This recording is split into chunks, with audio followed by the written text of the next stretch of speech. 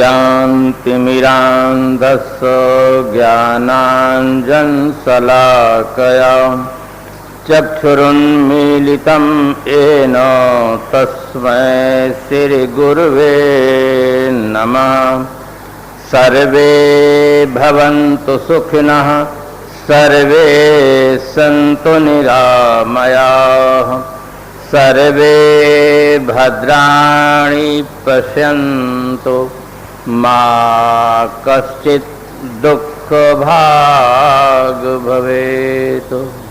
विरज विवेक संपन्न श्रद्धेय श्री साहिब जी, मुद मंगल में संत समाज, धर्म प्रेमी बंधुओं, श्रद्धा मूर्त देवियों एवं माताओं, आज सुंदर सुयोग मिला है कि पानी और वाणी दोनों की वर्षा साथ साथ हो रही है। पानी से भौतिक समृद्धि मिलती है और वाणी से मानसिक समृद्धि मिलती है, और जीवन में दोनों की महती आवश्यकता है।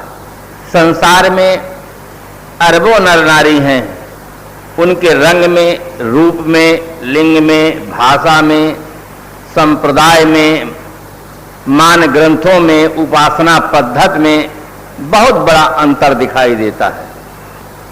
ये जितना अंतर दिखाई देता है सब बाहर का अंतर दिखाई देता है। मनुष्य के आंतरिक जगत में बिल्कुल एकता है। एकता अनेकता में एकता, ये है भारत की विशेषता। भारतीय चिंतकों की ये बहुत बड़ी विशेषता रही है कि उस अनेकता में एकता के सूत्र खोजे। इसीलिए उनके हृदय से निकला सर्वे भवन्तु सुखिनः, सभी सुखी हो। उन्होंने ये नहीं कहा कि भारतीय भवन्तु सुखिनः, पुरुष भवन्तु सुखिनः, ऐसा नहीं कहा। सर्वे भवन्तु सुखिनः, प्राणी मात्र सुखी हो। क्योंकि आंतरिक जगत में बिल्कुल एकता है। हर आदमी अपने जीवन में सुख शांति चाहता है, हर आदमी अपने जीवन में लाभ चाहता है। लाभ महान मनुष्य को सत्संगत गहि ज्ञान, होए सबस मन अपना, भक्ति धर्म पहचान। जिस आदमी को जिस काम में लाभ जच जाता है वो आदमी वो काम के लिए समय निकालता है। इसी प्रकार से जिन नर नारियों को सत्संग से लाभ निश्चित हो जाता है वे सत्संग के लिए भी समय निकालते हैं। जो सांसारिक लाभ है, भौतिक समृद्धि है, उसके लिए तो बिना कहे ही लोग समय निकालते हैं। मानसिक समृद्धि के लिए लोगों को बतलाना पड़ता है, जगाना पड़ता है कि आपकी आर्थिक स्थिति अच्छी है, यदि आपकी मानसिक स्थिति अच्छी हो जाए तो और अच्छा जीवन जी सकते हैं, स्वतः स्वतंत्र जीवन जी सकते हैं। भीतर में आप तृप्त और शांत हो सकते हैं। और एक बार जिस व्यक्ति को अनुभव हो जाता है कि भीतर की समृद्धि बाहर की समृद्धि से ज्यादा महत्वपूर्ण है, उस व्यक्ति के जीवन जीने की दिशा बदल जाती है। जब तक हमें अनुभव नहीं होता है तब तक कुछ और का और मानते हैं और कहते हैं। अब जब जीवन में ये अनुभव हो जाता है, यदि मन शांत है, निर्मल है, तो जीवन में बहुत बड़ी प्रसन्नता होती है। भीतर से आदमी तृप्त हो जाता है। इसीलिए कहा गया कि लाभ महान मनुष्य को सत्संगत गहि ज्ञान। जब सत्संग के माध्यम से व्यक्ति को ज्ञान प्राप्त हो जाता है, वस्तु स्थिति का बोध प्राप्त हो जाता है, तो हमारे जीवन की दिशा सही हो जाती है। जीवन जीने की कला आ जाती है और व्यक्ति अनात्म की आसक्ति से ऊपर उठकर अपने आप में स्थिर हो जाता है।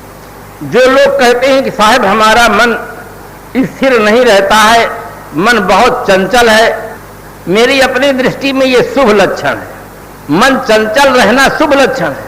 अगर मन चंचल न रहे तो लोग मन को बीड़ी में बैठा दें, बोतल में बैठा दें और वही जीवन भर बैठा रहेगा। चंचल रहता है तो इसका मतलब ये होता है कि वहां वो स्थिर नहीं होना चाहता है। वो उसे स्थिर पदार्थ चाहिए और जब वो स्थिर पदार्थ प्राप्त हो जाता है तब मन स्थिर हो जाता है। उसके लिए महाराज गोस्वामी जी ने कहा, निज सुख बिन मन होए किथीरा, परस की लहै विहीन समीरा। जब तक व्यक्ति को आत्म सुख नहीं मिल जाता है तब तक मन स्थिर नहीं हो सकता है। सांसारिक वासनाओं में मन भटकता रहता है, चंचल रहता है। जो आदमी जितना ही जिसमें आसक्त रहता है उसका मन उतना अधिक उधर चला करता है। ये हर आदमी का अपना अनुभव है। जो जिस आदमी की जिसमें कोई आसक्ति नहीं है, कोई उसके प्रति मन में संस्कार नहीं, कोई राग नहीं है, उसका मन वहां जाता ही नहीं। उसका मन उससे बिल्कुल शांत है, तृप्त है। इसलिए हर आदमी को साधन संपन्न होने के साथ साथ साधना संपन्न होने की दिशा में पुरुषार्थ करना चाहिए। जब हम साधन संपन्न होते हैं तो हमें बाहरी सुविधा मिलती है, अच्छे मकान में रहने की, अच्छे वस्त्रों को पहनने की, अच्छे भोजन पाने की और जीवन जीने की तमाम सुविधाएं उपलब्ध हो जाती हैं। किंतु जब तक हमारे जीवन में साधना नहीं होती है हमारा जीवन निर्विकार नहीं बनता है, पवित्र नहीं बनता है। व्यक्ति इन वासनाओं से ऊपर उठकर साधना निष्ठ जीवन जीने का सौभाग्य नहीं प्राप्त कर पाता है, जो केवल मानव जीवन में संभव है और किसी जीवन में संभव ही नहीं। मानव जीवन पाने का सबसे बड़ा लाभ यह है कि मनुष्य अपने स्वभाव में परिवर्तन करे, संस्कारों में परिवर्तन करे, मान्यताओं में परिवर्तन करके व्यक्ति इन वासनाओं से मुक्त हो जाए।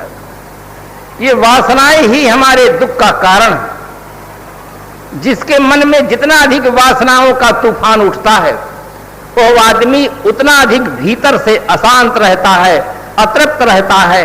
हम आप देखें अपने जीवन में, जिस समय हमारा मन शांत रहता है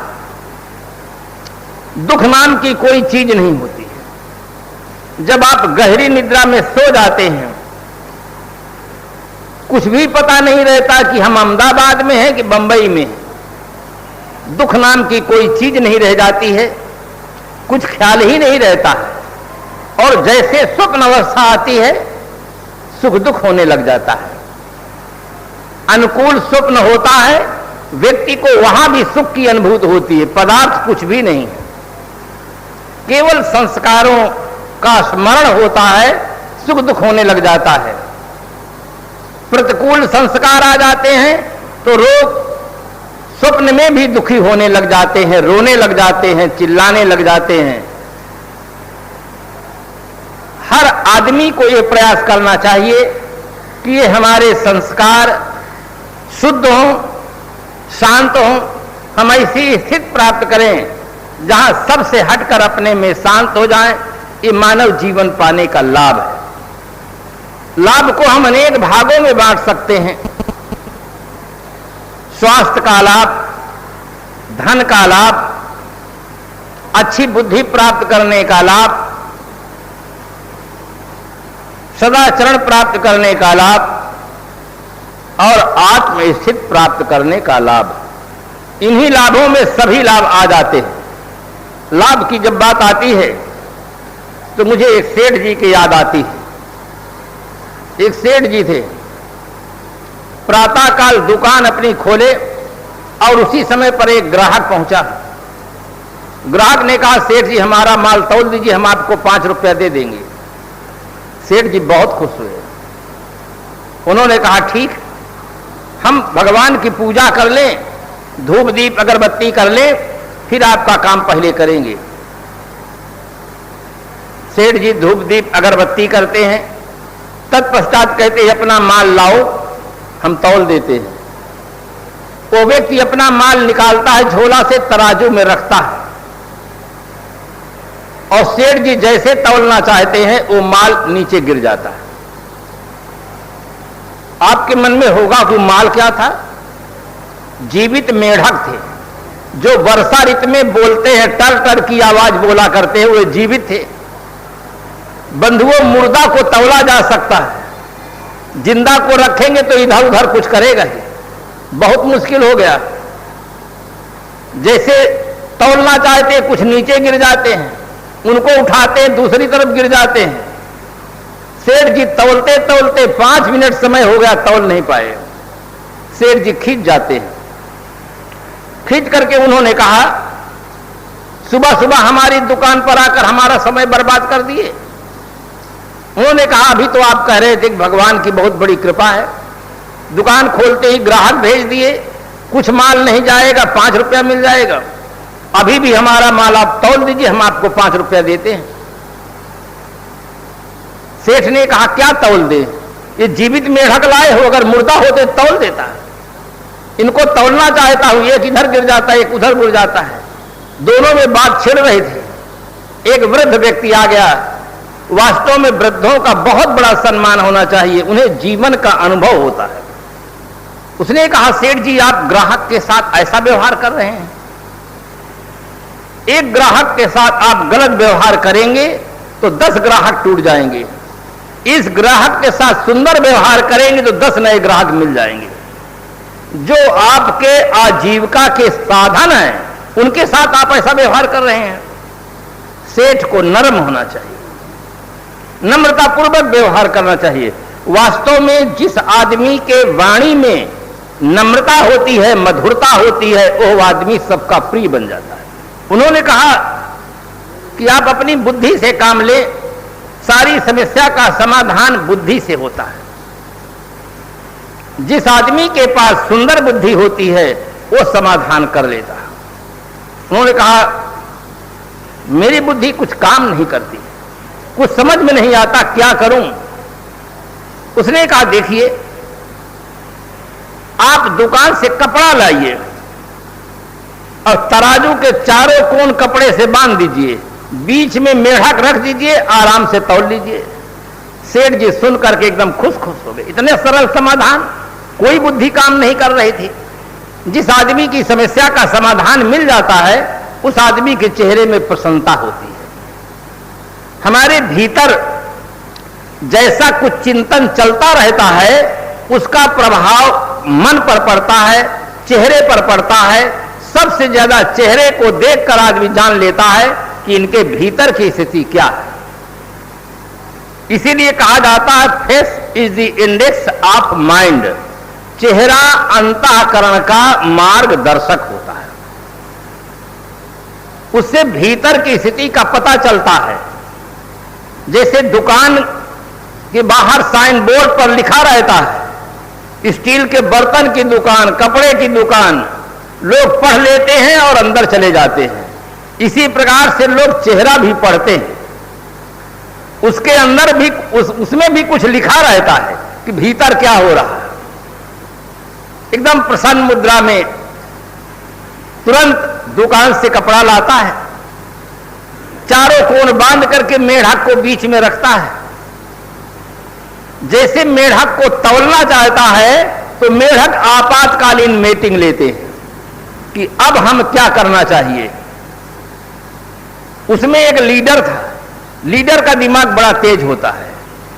लीडर ने कहा, जो मैं कहूं और वो सब करने के लिए तैयार हो जाएं, तो सेठ जी जीवन भर तौलेंगे तो नहीं तौल सकते। उन मेढकों ने कहा, आपकी बात समझ के बाहर है, अब तो हम बाहर जा ही नहीं सकते हैं, निश्चित है कि अब हम तौले जाएंगे।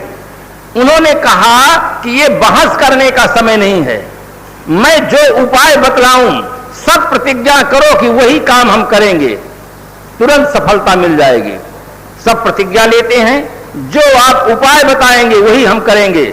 नेताजी खुश हो जाते हैं और कहते हैं, एक उपाय है, उपाय यह है कि इसमें हम उछले और कूदें, बाहर तो नहीं जा सकते हैं, किंतु इस उपाय है कि इसमें हम उछलेंगे और कूदेंगे तो डांडी कभी सीधी नहीं हो सकती है।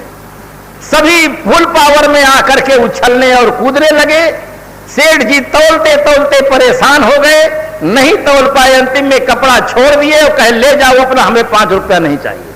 तो इस प्रकार से बंधुओं, ये आज की स्थिति हमारी ऐसी है जो आज के लीडर हैं, ये देश की स्थिति के साथ ऐसा कर रहे हैं। उछल कूद मचवाते हैं, कभी भाषावाद, कभी प्रांतवाद, कहीं जातिवाद, कहीं मंदिर मस्जिदवाद को लेकर के केवल उछल कूद करवाते हैं। इसीलिए देश में स्थिरता नहीं होती है और ये नहीं कुछ हो पाता है।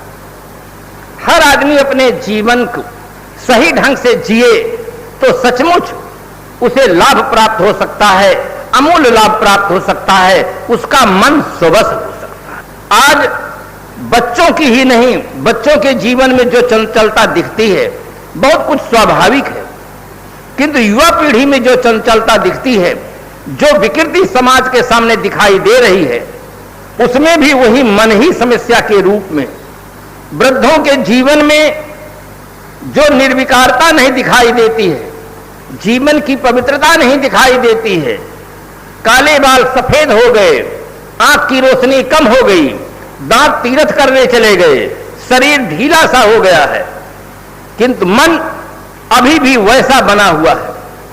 संत सम्राट गुरु कबीर साहब ने अपने मौलिक ग्रंथ बीजक में कहा, भंवर उड़े बग बैठे आई, रैन गई दिवसों चली आई।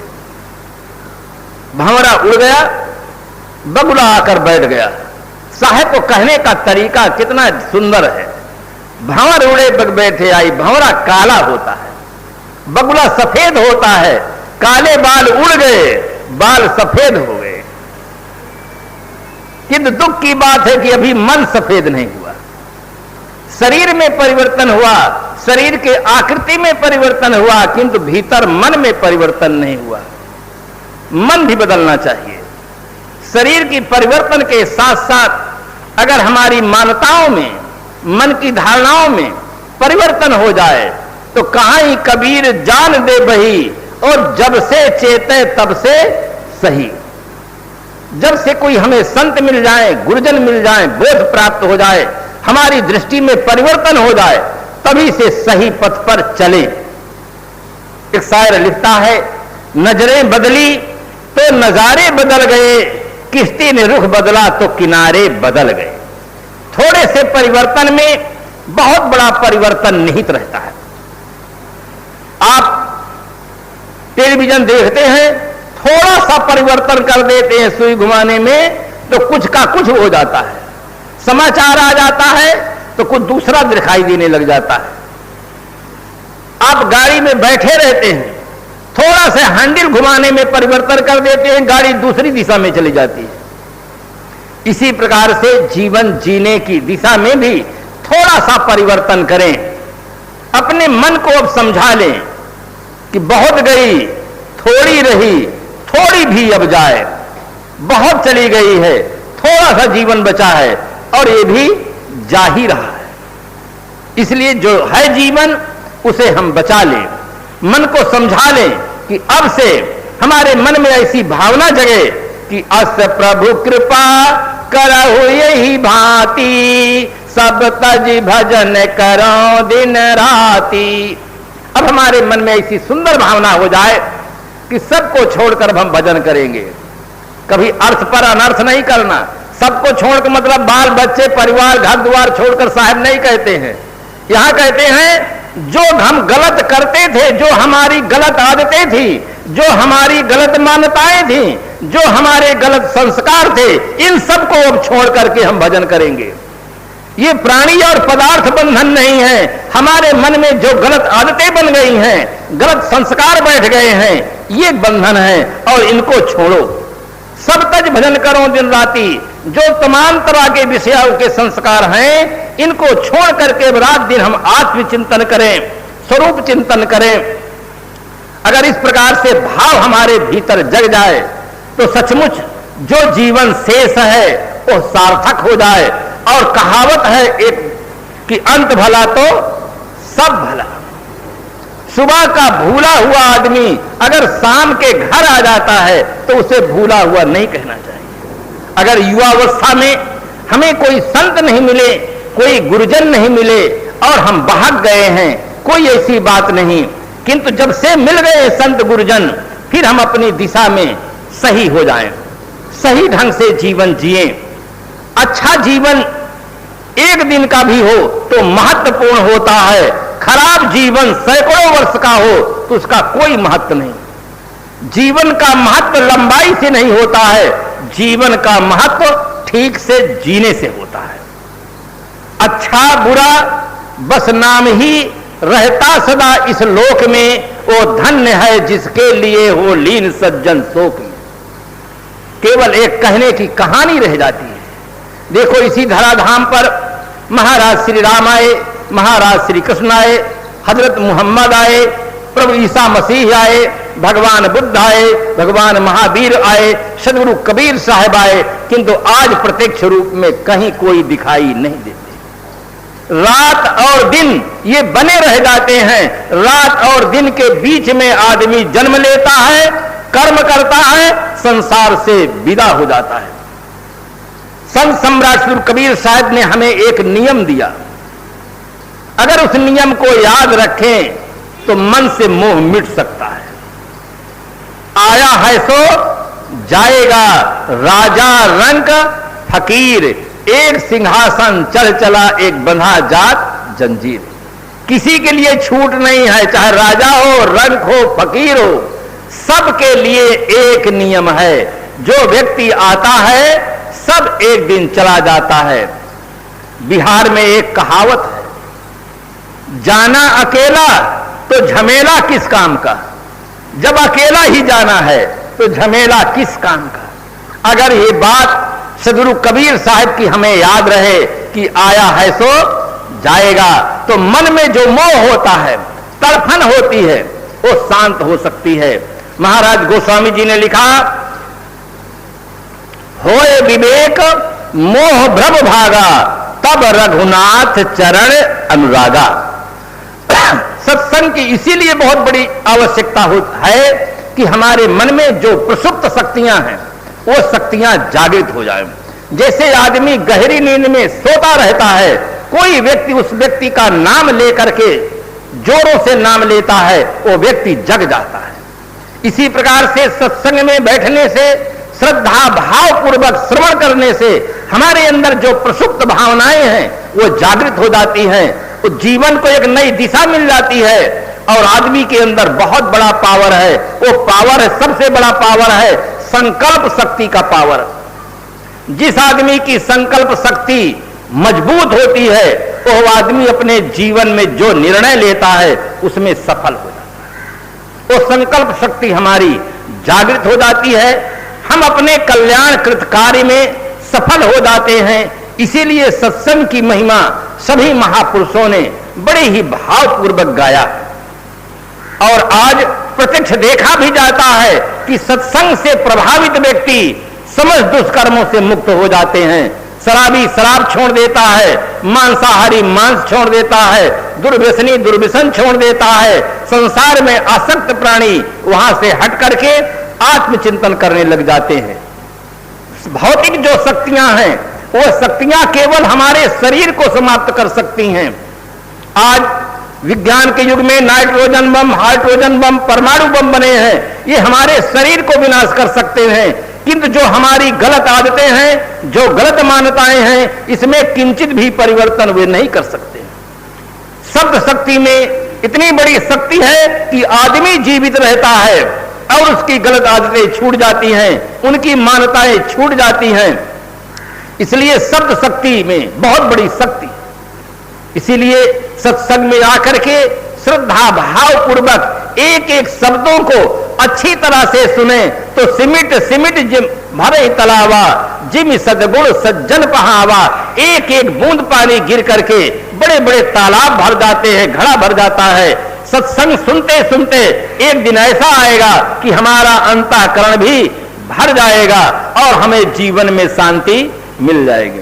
बस इन्हीं शुभकामनाओं के साथ हम अपनी वाणी को विराम दें।